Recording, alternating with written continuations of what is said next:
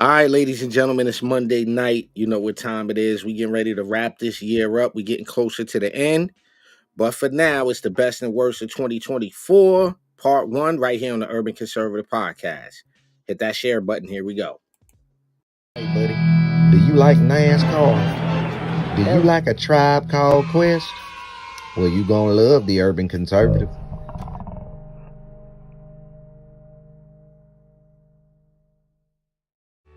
Do you like manwich and nachos? Well, then you'd love the Urban Conservative. Do you like guns? Do you like butter? Well, you're gonna love the Urban Conservative. Yo, what's good, son? You like pit bulls, say? You like solving Sudoku puzzles? Then you gonna love the Urban Conservative.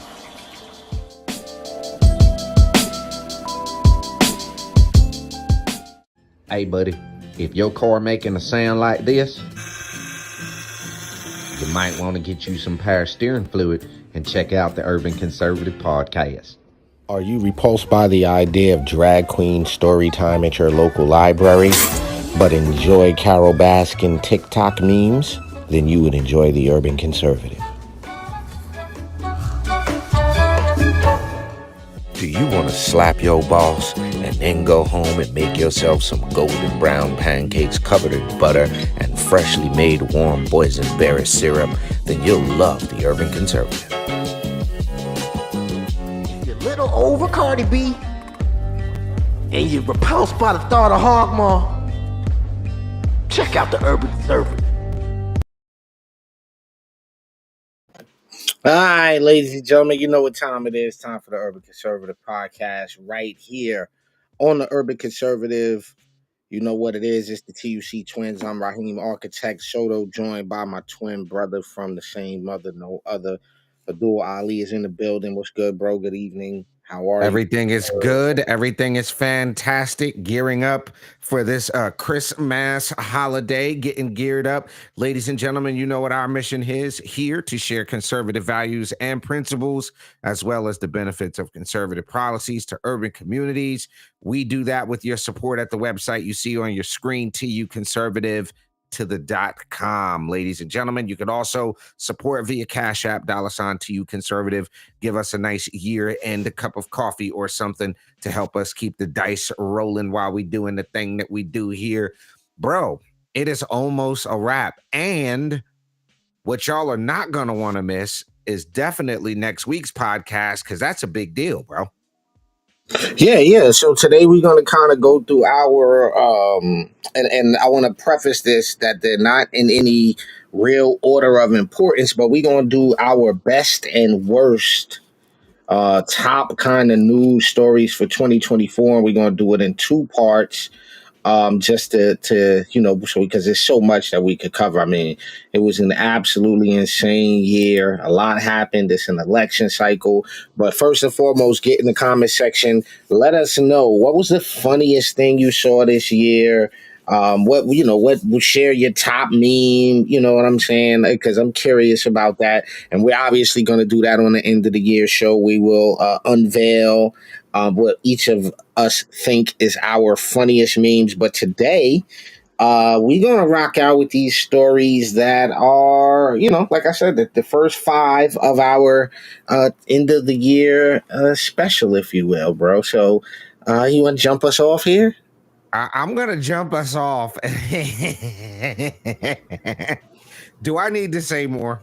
Like, Yes, do I you really do. need to Yeah, say yeah. more? Because for those that are Okay. listening and that are not watching, right, All they right. may need to know what's going on All right. here. So earlier this year, 2024, Rhoda Osmond made worldwide and national news for being known as the brick in the face lady. Check this out, y'all. My face with a brick, and all these black men just watch, and they don't give a. Yeah, this man hit me, grabbed a rock, and it hit me in my face because I would have given him my number. And all y'all just watch. Yeah. So unless you've been following what happened with Rhoda, what it turned out to be was that none of that was true. absolute 1000%. None of it turned out to be true. And actually, what ended up happening was Rhoda got arrested.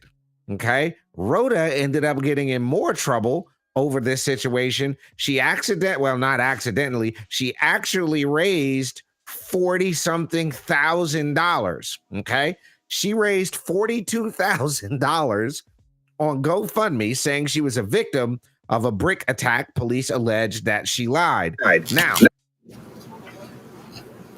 yeah, go ahead. What was you going to say, bro? I ain't say nothing, man. I'm in awe. Go ahead, carry on. Let's keep going. Yeah. So she said she was attacked and is now facing arrest. It was alleged that she faked it. She had to give up the 42,000.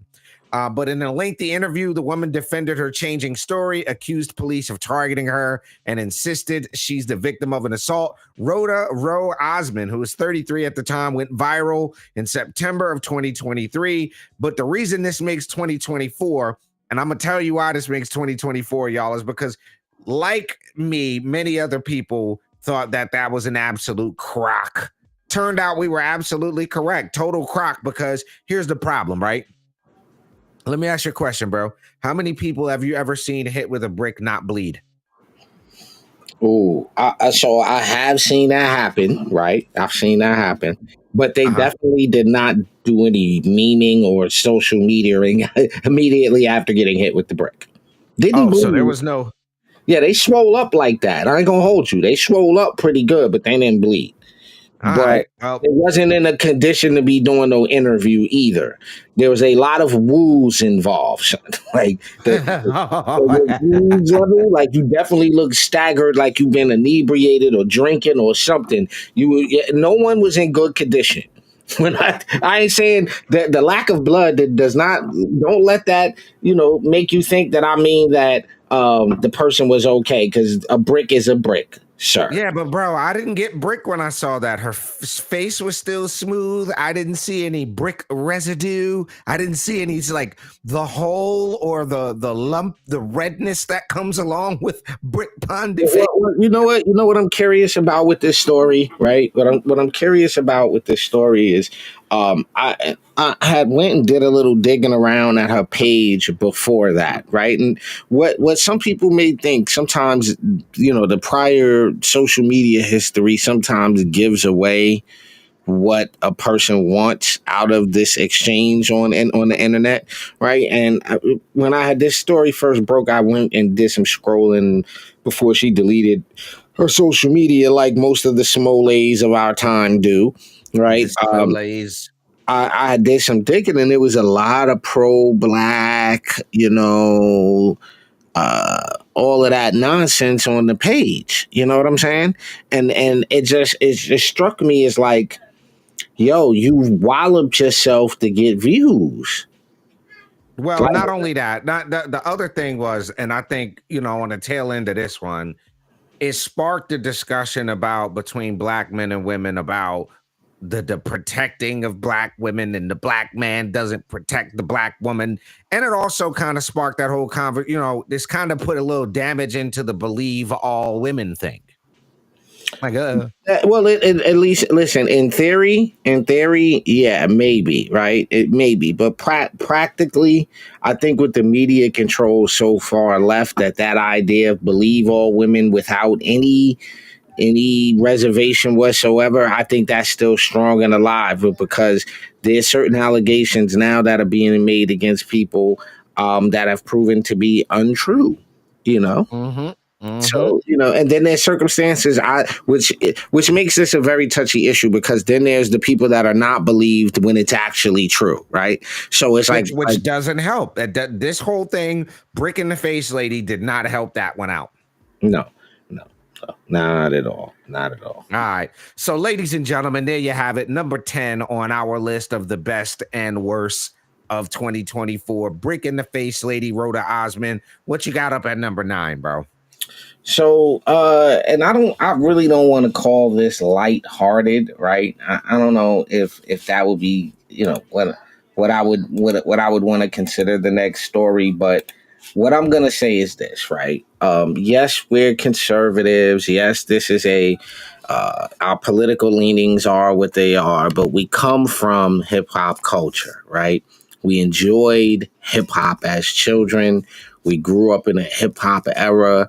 I've had some, I've had, and I'll be talking more about that in the next year, but in the next season. But we've had these experiences in the music industry, and this person that makes number nine, I'm happy to do this. I'm happy that this is going the way it's going, and we're talking about none other than Snoop Doggy Dogg making his impact at the Olympics, right? Being a prominent figure at the 2024 Paris Olympics. Now, coming from murder cases and what people would call gangster rap, the thing that was very impressive, and the reason I wanted to do this story, bro, was because I think Snoop arguably is, if not the most recognizable, but I think he might be the biggest thing in hip hop.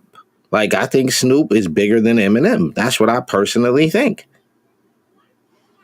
Yeah, I'm not gonna get in a debate, but I will say this: the Olympics did start out pretty shaky, bro. They did start out pretty shaky, man. Well, It was I guess we're gonna have to talk about the elephant in the room, which was the breakdancing at the Olympics this year. I guess, but no, this no, no. That wasn't even it. I was talking about the weird opening thing with the.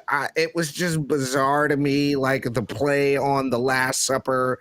It was Oh weird. yeah, that whole thing was weird. But the thing that I wanted to touch on, it was dope to see that Snoop got to carry the torch. No, I that is indeed dope. Yep. I thought that was dope that he got to carry the Olympic torch, right?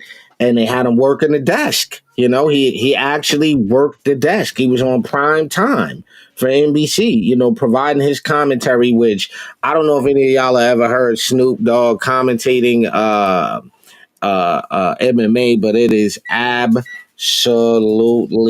hysterical to listen to Snoop Dogg. Hey, he need him, cuz. Yeah, it's really funny to see that, but I just thought it was an inspirational moment for the year to see Snoop, ascend to that prime time level, you know, to see hip hop on a platform like the Olympics, right?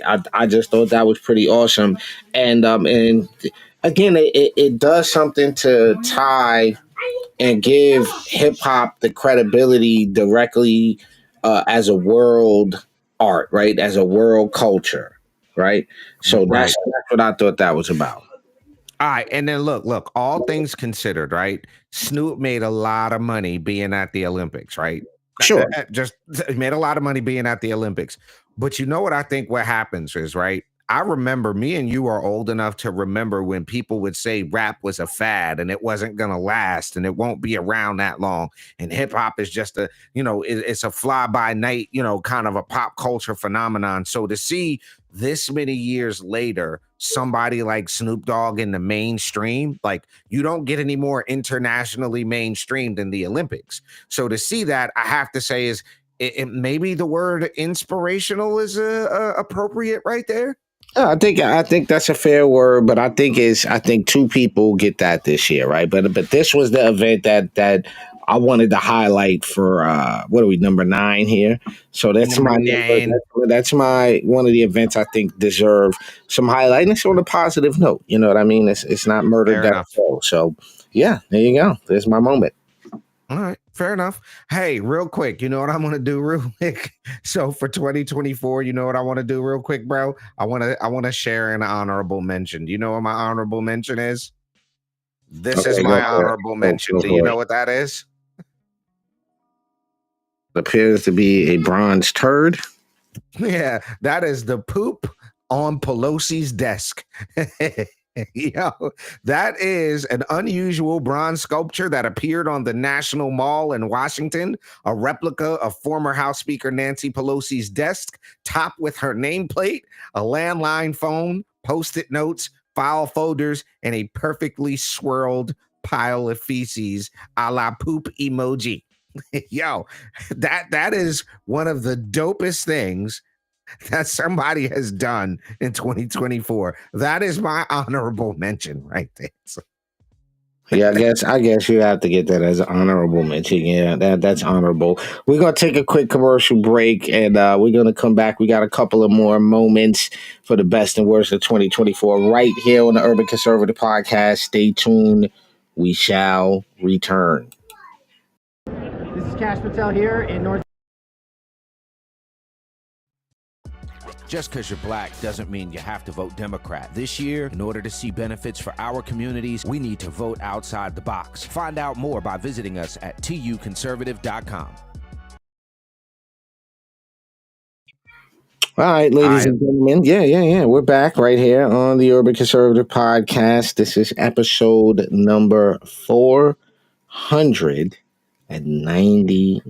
Next week will be our 500th episode of the Urban Conservative Podcast. We will be wrapping up this season. And honestly, we got to thank everybody that's came over.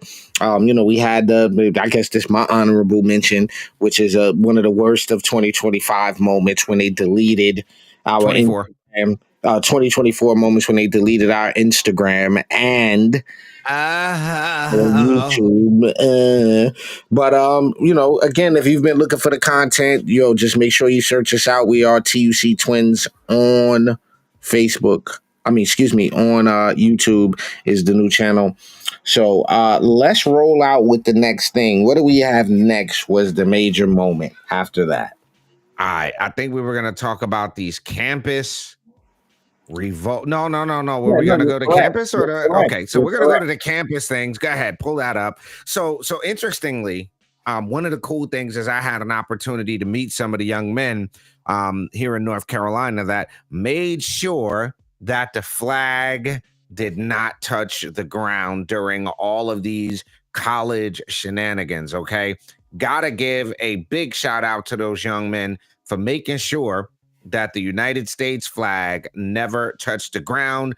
UNC fraternity brothers made sure that they protected the flag. Now, a lot can be said about, I think a lot can be said about, and I think these protests sparked this discussion about what's actually safe to say on a college campus. What's, I don't want to say fair, maybe reasonable is the right word. What's reasonable to say on a college campus? And I think that these protests largely sparked that conversation this year, no? Yeah, and a lot of that, again, it has its inception in the Palestine-Israel conflict, however you want to arrange that. And fortunately, we've seen a lot of that this year. There's been a lot of coverage about college campus protests. And I'll be honest, what's very, very odd to me is that you have American students, that grew up here, that live here, and they're advocating for something that they, it's a tricky thing because you want to tell people to advocate for what they believe in, right? But then when something you believe is so wrong, right? As to be dangerous, right? Wrong to be dangerous. That's what I think is going on here, and with these college campuses and this this sensibility of a valid opinion about everything, right? Like I think 2024 was the beginning of the end of validating opinions for the sake of validating them, right? I seen a commercial, and listen, if you're from Palestine and you have a particular understanding of that conflict, that's one thing. But if you're a kid from Southern California, whose parents are well off, and you're over there. No. Add to that. If you're a kid from Southern California whose parents are well off and you're a non-gender fluid, binary, queer, trans, mutated, fluffy person. Yeah. There's a misunderstanding of who you're advocating for. I think you won't do well over there. You wouldn't do well over there. That was the big takeaway for me, was that looking at the college campus, and I mean, we had the University of Southern California pro-Palestine rally. We had the University of California at Los Angeles. Then we had the Irvine campus, and then we had things going on in New York that shut down traffic. traffic, and I just like I said, it's just an unfortunate. Um, it's an unfortunate thing when your college campuses become unsafe for ethnic groups after all we went through as a country to make sure that our institutions of higher learning were places of safety and safe havens in general for different ideas and points of view. Hey, listen, if you're a commie, socialist, Marxist, great for you. None of those things are a problem for me to deal with. But when you are advocating for the death and destruction of another group of students and or their families, I think that's way past the line of decorum and the way that we should be conducting ourselves on these college campuses. So it's an unfortunate thing that it made our news cycle, but it was and continues to be a very big deal moving forward. So what do we got next on the list? Hold on though. Before you do that, I had to show this, bro. Yeah. I mean, like, none of y'all belong there. Yeah, none of y'all belong there. Yeah.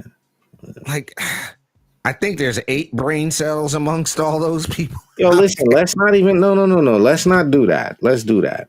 Here's the problem. Here's the problem. If you look at this photo, this is a generation of people who don't have parents. What do I mean by that? When I say this generation of the parents here are the issue, because these are mostly kids that have this sense of entitlement. When you say power to the people and you're at an Ivy League school or a high-end college or you're in a certain socioeconomic standing, that power to the people, it's kind of weakening that statement because people have all of the power. All of it. They have all of the power. So there's that. But, that, like I said, that was a very, very big deal. What do we got? We got one more to tie this up, right? No, we got 2 more. 2 more. Okay, what do we got? And those are more entertainment-ish kind of things, but still big in 2024. One of them I would consider to be the best. And we'll skip the commercial break. So Kendrick Lamar versus Drake happened in 2024. Now, is that really Drake? Look and see why he look like that. Wait, what is that? That's Drake. I guess. So listen, there was this conversation I had, right? And so I saw this meme not too long ago. When you look at where Drake grew up and where you look at where Kendrick grew up, somebody was saying Drake was more hood than Kendrick. I don't know. But I will say that Kendrick Lamar has broken the records for the most streamed beef song of all time. Okay. With Not Like Us. I like the song. I actually liked it. I don't know where this measures up for me in all-time beef of beefs, right? There's this conversation about where the Kendrick Drake beef ranks among all-time hip-hop beefs, and that this is the biggest beef in history because the Not Like Us song has traveled the world. And here's the interesting part. Kendrick has been booked to tour in 2025, and one of his tour stops is Drake's backyard, literally Drake's backyard. He will be performing in Toronto, and this will be very interesting because, look, I'm not an advocate for violence, right? I don't want to see a repeat of Tupac, Biggie, that whole energy, that whole era. We don't want to see that, right? But it would be amazing to see Kendrick and Drake come together out there and squash it, because that can turn into a very, very bad situation. But again, yeah, this was one of the biggest, one of the biggest media things of the year. I don't know if I put this above some of the previous hip hop beefs, right? I don't know about that. Well, I think, okay, among petty stuff, I don't know if you saw this, but Drake bought all of the floor tickets to a Kendrick Lamar concert in Toronto, allegedly. So then Kendrick turns around and sends everybody a link to come for free. If that's true, it's hysterical to me. I think that's funny. I think that's absolutely funny. I don't So believe that because that's too much money to just be like, yeah, take that for free. Now that's way too much money. I don't know, but we got one more story to cover here on our episode number 499. Very quick commercial break. We're coming back with number 5. Don't go nowhere. Just because you're black doesn't mean you have to vote Democrat. This year, in order to see benefits for our communities, we need to vote outside the box. Find out more by visiting us at tuconservative.com. All right, ladies and gentlemen, you're right back here on the Urban Conservative Podcast, episode number 499. Make sure you're back here with us Monday night as we wrap up this season of the Urban Conservative Podcast. Make sure you're here. Make sure you're here. And if you want to join the podcast and come on, let us know. Get in the comment section. We'll send you a link so you can come on and enjoy the last episode of the season, last episode of 2024 with us. And a major milestone for us, bro. Episode 500. There you go. Zoom in on that picture a little bit. Okay, I'll zoom in a little more. Let's That's get as it. much as you're getting. That's as much No, as you're getting. in, not out. No, I can't get any more. That's it. That's what you got. Oh, okay. All right. Well, here's the number 5. What is it? 6 or 5? 5. That's number 5. So this is our number 5 moment. Was the Cat Williams interview on Club Shannon Sharpe? You notice how I did that, right? Yeah. Notice Because you're not gonna call no grown man. He's not. He refuses.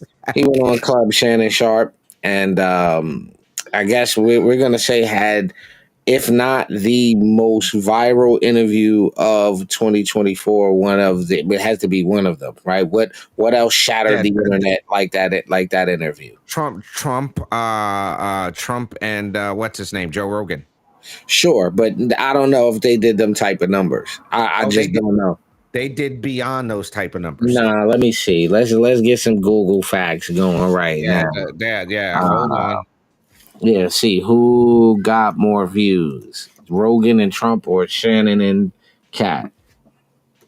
I maybe you're right. Hold on. Just go. You pull up the Cat Shannon interview. I pulled up the Rogan interview on YouTube, and that's just YouTube videos, YouTube views alone. Hold on, let me see. 2.2 million likes alone. That's not even counting the views. On which one? That's YouTube, and that's not even counting his regular Spotify links.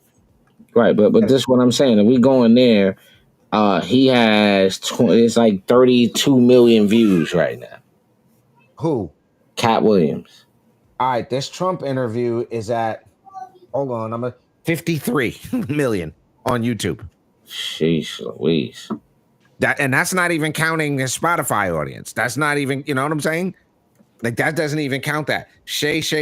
Joe Rogan is literally the biggest thing in the world when it comes to this podcast space. Mm-hmm. But we're not going to talk about Trump. We're going to leave it there. Now, let me ask you this question. Do you think that what Cat Williams did by virtue of that interview helped or hurt stand-up comedy? I'm just, because you're a student of comedy like I am. Do you think it helped or hurt stand-up comedy? And how much of it do you think was true? So, all right. This is for me why this ranked where it ranked at it's not just the numbers and it is the impact that this had, the ripples that this had, right? I am a fan of what he did. I am a proponent of what he did and what he said and why he said it. And the other part to this too is that there's I have this very love-hate relationship with what we call black comedy, right? Because some of it is very well done, right? And then some of it is very, very lazy, right? And when he pointed out certain things about certain comedians, what it did was it answered why I felt the way I felt about certain comedians. You know what I'm saying? Like it let me know why I felt that way. Right. So let me ask you this. What do you think the ripples were? when you say the ripple effect, what do you is that the ripple as far as making Shannon Sharp's audience bigger?